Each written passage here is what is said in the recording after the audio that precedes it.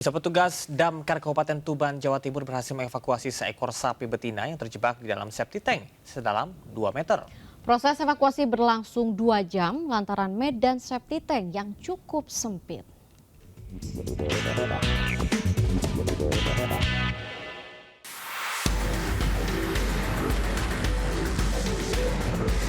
Petugas damkar berupaya mengevakuasi seekor sapi betina yang tercebur ke septic tank sedalam 2 meter di Desa Kumpul Rejo, Kecamatan Parengan, Kabupaten Tuban, Jawa Timur. Kondisi septic tank yang sempit membuat petugas sempat kesulitan untuk mengeluarkan sapi. Setelah berjuang hampir 2 jam dibantu relawan dan warga, sapi betina dalam kondisi lemas berhasil dievakuasi.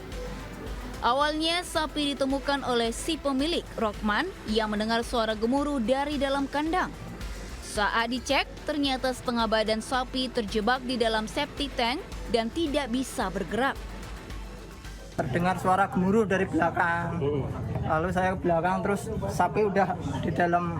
Terus saya panggil ya warga Sumituwo, terus ditelepon tim. Kami tatakan untuk vertical rescue, nggak punya karena sempit.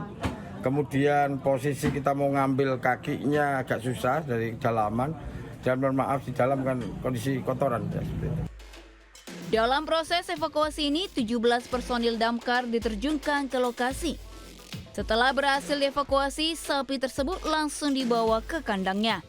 Dari Tuban, Jawa Timur, Pipit Wibawanto, iNews melaporkan. Presiden Prabowo Subianto mengumumkan keputusan soal penurunan anggaran makan bergizi gratis menjadi Rp10.000 per anak atau ibu hamil dari keluarga buruh. Program ini merupakan bagian dari usaha pemerintah untuk meningkatkan kesejahteraan buruh. Prabowo menyebut program makan bergizi gratis termasuk tambahan bagi kesejahteraan buruh. Dengan rata-rata 3 hingga 4 anak per keluarga, bantuan pada keluarga ini diperkirakan mencapai 30 per hari atau 2,7 juta per bulan. Program ini menjadi bagian dari upaya pemerintah untuk meningkatkan kesejahteraan buruh melalui berbagai bantuan sosial, termasuk program Keluarga Harapan, PKH, dan tunjangan lainnya.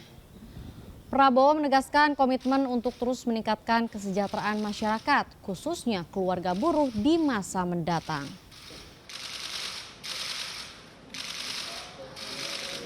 Kalau kita rinci program bergizi ini, nanti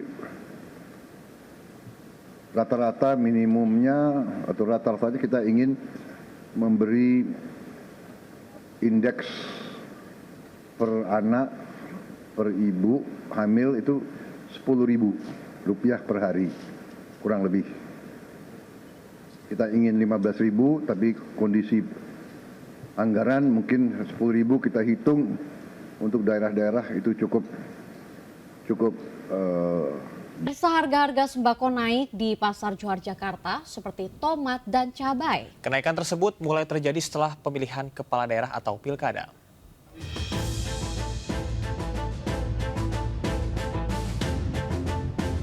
Pasca pilkada dan jelang akhir tahun, sejumlah harga bahan pangan masih tinggi. Di Pasar Johar Baru Jakarta, sayur mayur mengalami kenaikan seperti tomat yang saat ini berada di harga Rp25.000 per kilogram. Cabai keriting merah yang berada di harga Rp40.000 per kilogram dan cabai rawit hijau Rp30.000 per kilogram. Selain sayur mayur, kenaikan juga terjadi pada minyak goreng yang seliternya naik Rp2.000. Sementara harga beras, telur, dan bawang berangsur normal. Bawang merah, bawang putih, tapi yang lebih tinggi itu bawang merah ya.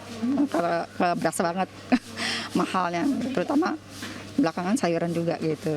Mingguan ya uangnya gitu juga. Jadi berasa ketahuannya gitu dari situ. Gitu. Jadi berasa ininya lah. Mau nggak mau dicukup-cukupin juga gitu. Kita mau masak apa. Para penjual dan pembeli berharap pemerintah bisa menstabilkan harga bahan pangan dan tidak terjadi lonjakan harga yang berpotensi membebani warga apalagi menjelang akhir tahun. Dari Jakarta, Anggita Maura Laksana, iNews melaporkan.